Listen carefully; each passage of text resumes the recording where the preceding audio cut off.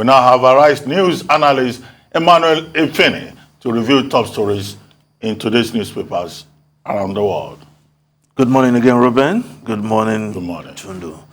Yes, now let's start with this, the Nigeria's newspaper of record. The lead story, Zulum. We must defeat Iswap at all costs, else Boko Haram will be child's play. Says it's time to consider hiring mercenaries. Canvasses change in security agencies' recruitment process.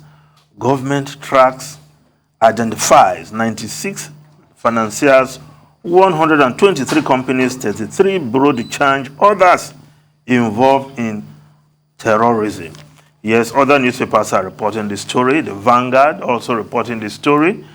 Terrorism, Iswap poised to take over Nigeria, Zulum warns. Begs Buhari to hire mercenaries, demands accountability in military spending. Federal government names 553 as terrorism sponsors, flaunts anti-graft war blessings, says 45 terrorism sponsors set for trial, blames rising insecurity in rural Nigeria on financial suffocation of local government. Now, the Daily Independent newspaper also has the same story. Iswap fast gaining ground, recruiting massively. Zulum warns Boko Haram will be a child's play if Iswap grows. Asks federal government to consider hiring mercenaries to fight insurgents. Now, Governor Babagana Zulum of Borno State, he should know better. As a governor of the state that is easily the epicenter of the insurgency in the northeast. And he met with the president. So, making his views public, I want to believe he has told his president this, to do something different. And one of the things he should do differently is to bring in mercenaries, also known as soldiers of fortune, because it has been done in the past, and Ruben knows so much about that. Because when you were in government, the Jonathan administration did that towards the tail end of that administration, and it was to good effect because they were able to contain, as it were, these terrorists to the extent that election was held in most areas. In Borno, Adamawa, and Yobe states.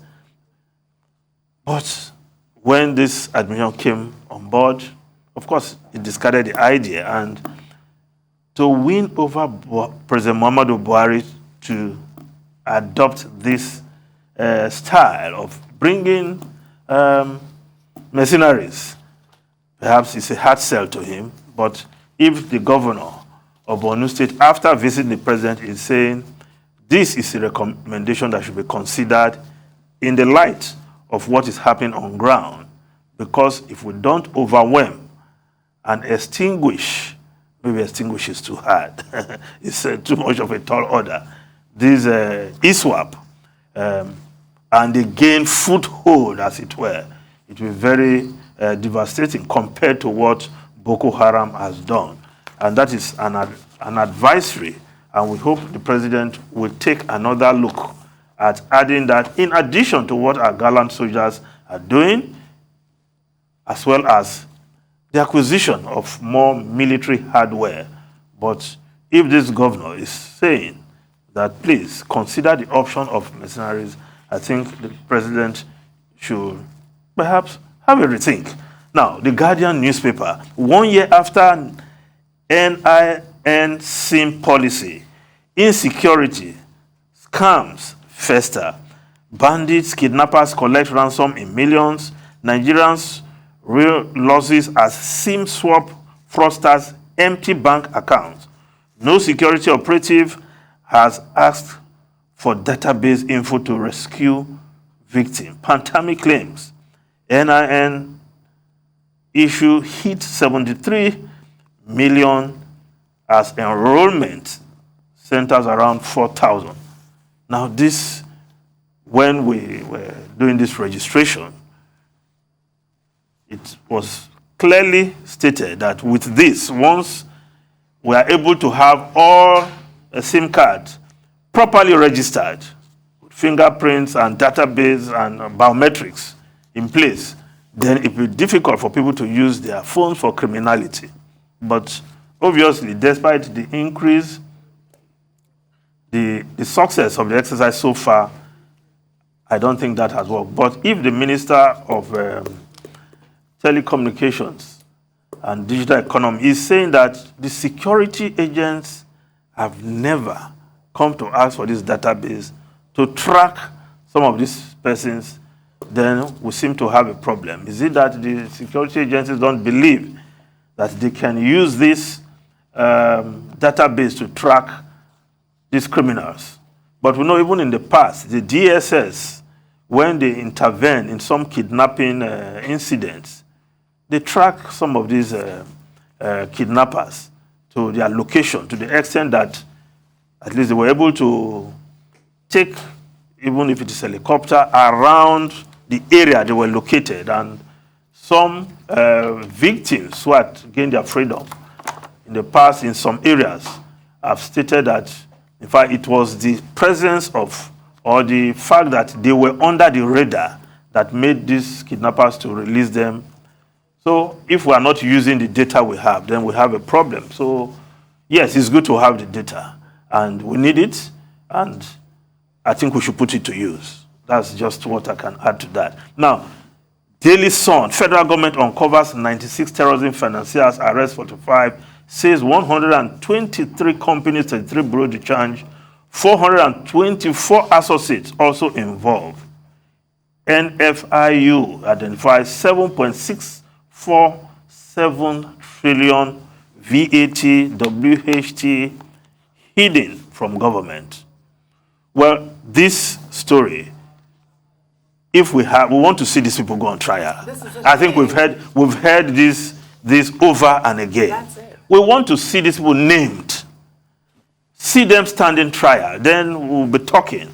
But to just pop this up when it is convenient, oh, we have this number of people we have identified, I don't think it does anybody any good. Until you put these people on trial, name and shame them, then nobody will take just mentioning these figures very seriously. We need to see these names. We need to see them standing trial right now, as it were. Now, the Business Day newspaper, Escravos explosion, setback for local content drive.